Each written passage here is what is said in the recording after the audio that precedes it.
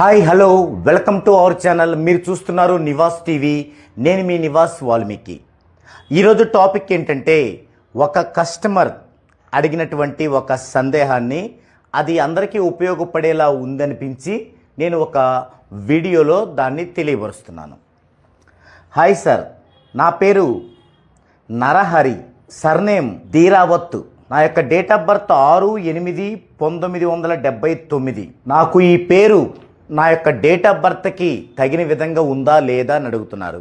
వాస్తవంగా ఇలా అడిగేవాళ్ళు ఎవరైనా వారి యొక్క date of birth, time of birth, place of birth చెప్పినట్లయితే ఇంకా చాలా సవివరంగా వివరించడానికి వీలవుతుంది. సో ఇక్కడ మనకి ప్లేస్ ఆఫ్ బర్త్ లేదు, టైమ్ ఆఫ్ బర్త్ లేదు.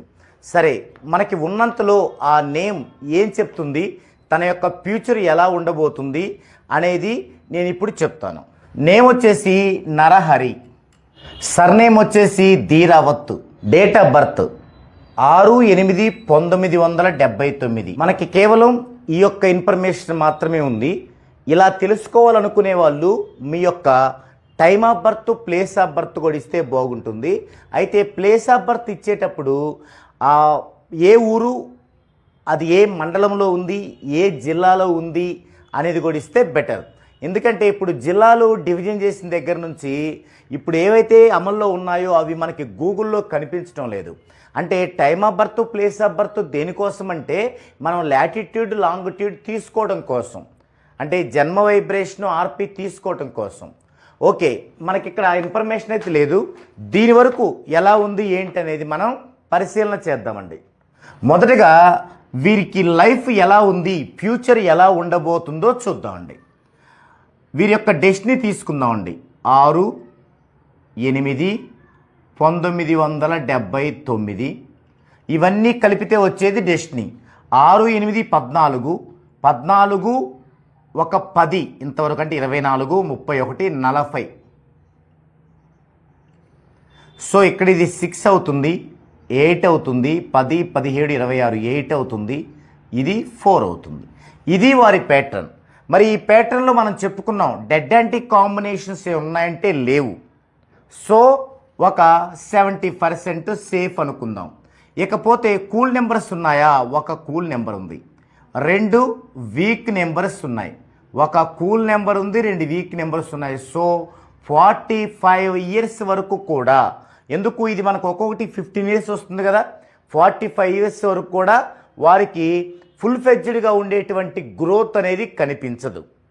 ఇది నేమ్లో పర్ఫెక్షన్స్ ఉంటే తప్ప. ఓకే, ఇది చెప్పొచ్చు మనం. వీరి యొక్క డెస్టినీ 4 కాబట్టి వీరి యొక్క హార్మోనీస్ని ఎలా తీసుకుంటాం? 2 4 8. వీరి యొక్క హార్మోనీస్ 2 4 8. మరి వీరికి నేమ్ ఏ లెటర్తో స్టార్ట్ అవ్వాలి? BKMలతో స్టార్ట్ అవ్వాలి. ఇది చెప్పొచ్చు మనం. మరి వీరికి ఏ లెటర్తో స్టార్ట్ అయింది? ఎన్తో స్టార్ట్ అయింది. నరహరి. ఇప్పుడు వీరి యొక్క నేమ్ టోటల్ ఎంత ఉందో చూద్దామండి. 5 1 2 1 5 1 2 1 6 9 10 15 18. ఇది నేమ్ టోటల్. మరి ఈ నేమ్ టోటల్ ఏం చెప్తుంది? 1 + 8 9. మరి యొక్క వీరి ప్యాటర్న్ ఏమైనా చేంజ్ చేయగలిగిందా అంటే 45 సంవత్సరాల వరకు బాగోలేని వీరి ప్యాటర్న్ని ఏమైనా చేంజ్ చేయగలిగింది అని చూద్దామండి. ఈ యొక్క సింగిల్ డిజిట్ 9ని మనం అన్నిటి కింద వేసుకొని కొత్త ప్యాటర్న్ తీసుకుంటాం. 6 9 15 అంటే 6, 8 9 17 అంటే 8, 8 9 17 అంటే 8, 4 9 13 అంటే 4. సేమ్ అదే వస్తుంది. అంటే 9 యాడ్ చేస్తే సేమ్ అదే వస్తుంది. అంటే ఎప్పుడైనా ఒక ప్యాటర్న్ని 9తో గనక యాడ్ చేసినట్లయితే సేమ్ ప్యాటర్న్ వస్తుంది. అదే వచ్చింది. సో ఇప్పుడు ఈ నేమ్ వల్ల వీరికి మంచి అయితే 1% కూడా లేదు. మరి చెడు ఏమైనా ఉందా? 1. ఆల్రెడీ ప్యాటర్న్లో ఉన్న చెడు అలాగే ఉంది. ఇంకా కొత్తగా ఏమైనా ఉందా అన్నప్పుడు నేమ్ టోటల్ డబల్ డిజిట్ని చూడాలి. ఇది చూద్దామండి. 6 8 8 4 దగ్గర 6 8 8 4 కింద ఈ 18ని రూలింగ్ కింద 1ని, డెస్టినీ కింద 8ని తీసుకోవాలి. ఇప్పుడు ఇవి ఎలా ఉన్నాయి చూడాలి. ఇవి 2 4 8 ఎలాగో హార్మోనీస్ కాబట్టి ఇది ఓకే. దీన్ని ఇక్కడ యాప్ట్ అనొచ్చు. కానీ ఇదేంటి మనకి 6-1 అనేది డెడ్ యాంటీ, జన్మపగ సంఖ్యలు. So dead anti. ఎప్పుడైనా ఇక్కడ బాగుండాలంటే మనకి ఆ నేమ్ అనేది వారి యొక్క ప్యాటర్న్కి గ్రోత్ తేవాలంటే, హెల్ప్ అవ్వాలంటే ఇక్కడ 2 యాప్ట్లే రావాలి. అంటే యాప్ట్ అని రావాలి, లేదా యాప్ట్ ఫ్రెండ్లీ అని రావాలి, లేదా ఫ్రెండ్లీ అని రావాలి, లేదా యాప్ట్ డమ్మీ అని రావాలి. డమ్మీ లేదా ఆర్ రిస్ట్రిక్ట్ ఇవి రావాలి. వీటిల్లో ఎక్కడా కూడా డిఏ కానీ యాంటీ కానీ రాకూడదు. అలా వచ్చింది అంటే ఖచ్చితంగా మంచి చేయకపోగా చెడు చేస్తున్నట్లు. అంటే ఈ నేమ్ అనేది వీరికి అసలు హెల్ప్ కాదు.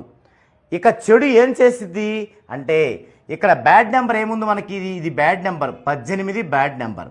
తర్వాత దీంట్లో వోవెల్స్ చూసుకుంటే ఎన్ని వచ్చాయి మనకి, 3 వచ్చాయి. అప్పుడు 15, ఇది ఓకే. ఇప్పుడు ఈ 18 బ్యాడ్ నెంబర్ భర్తల మధ్య ఏకాభిప్రాయం కుదరదు. విభిన్న అభిప్రాయాలతో ఎప్పుడు కీచులాట్లు ఉంటాయి. అసలు ఈ జీవితమే విరక్తి పుట్టి విడాకులు తీసుకుందామా అన్న స్పృహ కలిగేలా చేస్తుంది ఈ నెంబర్. తర్వాత దీన్నే ఫ్యామిలీ కోరల్ నెంబర్ అంటారు. అంటే కుటుంబ తగాదాల సంఖ్య. ఎప్పుడు కూడా మ్యారేజ్ అయిన వాళ్ళకి ఫ్యామిలీతో తగులు ఉండటమే కాకుండా ఆ లైఫ్ పార్ట్నర్ యొక్క బంధువులతో కూడా గొడవలు ఉంటాయి. ఫ్యామిలీ కోరల్ అంటే అది.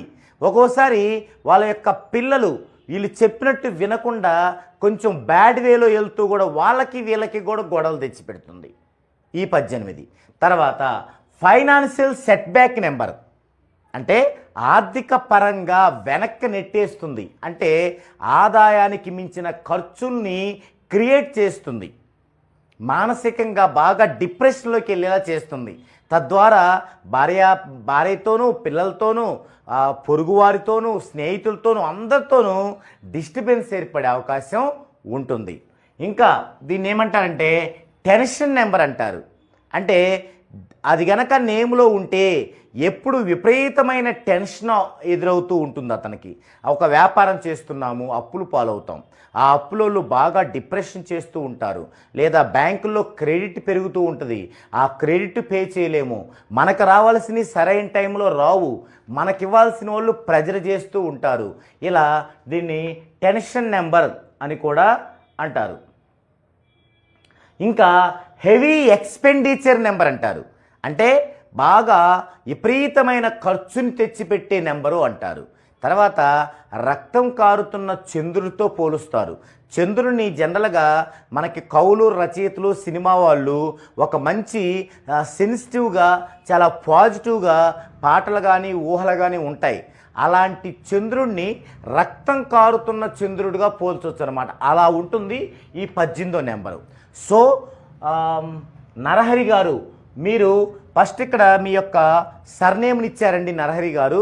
సర్నేమ్ అనేది న్యూమరాలజీలో నాట్ కౌంటబుల్. సర్నేము తర్వాత నేము చివర ఉండేటువంటి ఏమైనా విషయాలుంటే, అంటే ఆ క్యాస్ట్కి సంబంధించినవి రెడ్డి, నాయుడు, చౌదరి ఇలాంటి ఏమైనా ఉన్నా కూడా అవి న్యూమరాలజీలో కౌంటబుల్ కాదు. మనం ఈ యొక్క నేముని నరహరి అనే నేముని నరహరిలో మనం కరెక్షన్ ఇచ్చి నరహరి దీన్ని డైలీ ఇన్నిసార్లు రాయండి అన్నప్పుడు మీరు నరహరే రాయాలి. అంతేగాని సర్నేము తర్వాత నేము చివరుండేటువంటి నాయుడు, చౌదరి, రెడ్డి ఇలాంటివి రాయకూడదు, కలపకూడదు. అయితే మీరు బయట అనౌన్స్ చేసుకునేటప్పుడు కానీ ఎక్కడైనా మీరు రాసుకునేటప్పుడు కానీ అప్పుడైతే మాత్రం ఖచ్చితంగా మీ యొక్క సర్నేమ్ పెట్టుకోవచ్చు, ఎగస్ట్రా నేమ్స్ కూడా పెట్టుకోవచ్చు. అవి న్యూమరాలజీ పరంగా నాట్ కౌంటబుల్, నో ప్రాబ్లం. వాటి వల్ల ఎలాంటి ప్రాబ్లం లేదు. మీకు కావాలనుకుంటే వాటిని పెట్టుకోవచ్చు. కానీ న్యూమరాలజీ కోర్సు రాసేటప్పుడు మాత్రం ఎగ్జాక్ట్గా మనం ఏదైతే చెప్పామో, ఎన్నిసార్లు అయితే చెప్పామో అన్నిసార్లే రాయాలి, అదే రాయాలన్నమాట. సో నరహరి గారు, మీ యొక్క సర్నేమ్తో పని లేదండి. ఈ యొక్క నేము ఏది మీరు time of birth, place of birth ఇవ్వకుంటేనే ఇంత డేంజరస్గా ఉంది. మీరు అవి కూడా కనుక తెలిస్తే ఇంకా డేంజరస్గా ఉంటుంది. సో నా సజెషన్ ఏంటంటే, ఇలా గనక ఎవరికున్నా సరే వారు ఇమ్మీడియట్గా 14 డైమెన్షన్స్లో నేమ్ కరెక్షన్ చేసుకొని మీ యొక్క భవిష్యత్తుని సరైన వేలో నడిపించుకోండి. తద్వారా మీ ఫ్యామిలీ అంతా సేఫ్గా ఉండేలాగా బాగుంటుంది. ఓకే, కాబట్టి నరహరి గారు మీరు ఇమీడియట్గా మీ యొక్క డీటెయిల్స్ కంప్లీట్గా ఇచ్చి ఆ డీటెయిల్స్తో పాటు మీ యొక్క మ్యారేజ్ డేటు, మీ యొక్క చిల్డ్రన్స్, లైఫ్ పార్ట్నర్ అందరి యొక్క డేట్ ఆఫ్ బర్త్లు ఇచ్చి చక్కగా మీరు కింద స్క్రోల్ అవుతున్నటువంటి నంబర్కి మీరు కాంటాక్ట్ అయ్యి ఖచ్చితంగా మీరు లైఫ్ చాట్ తీసుకోండి. లైఫ్లో ఏది చేయాలన్నా మీకు ఫ్రీగా ఉంటుంది. వన్స్ మీరు నంబర్కి కాంటాక్ట్ అయిన వెంటనే మీ యొక్క డీటెయిల్స్, ఫీజు పే చేసిన వెంటనే నా యొక్క నెంబర్ మీ దగ్గరికి వస్తుంది. చక్కగా మనం ఎప్పుడూ కూడా లైఫ్ లాంగ్ సజెషన్స్ ఇచ్చుకుంటూ నాతో మీరు మాట్లాడుతూ ర్యాంప్ కొనసాగుతూ మీకు ప్రతి విషయంలోనూ హెల్ప్ఫుల్గా ఉంటాను. ఇది ఈ వీడియోలో ఈ టాపిక్. మరో వీడియోలో మరో కస్టమర్ అడిగినటువంటి మరో సందేహంతో మీ ముందుకు వస్తాను.